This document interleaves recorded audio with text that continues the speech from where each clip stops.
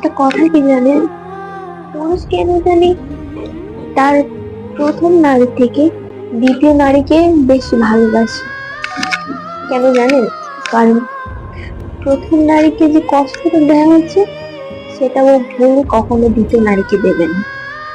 যতটা যন্ত্রণা প্রথম নারীকে দেওয়া হয়েছে সেই যন্ত্রণা কিন্তু দ্বিতীয় নারীকে দেবে না। যে অবহেলাটা প্রথম নারীকে করা হয়েছে দ্বিতীয় নারীকে সেটা করা হবে না।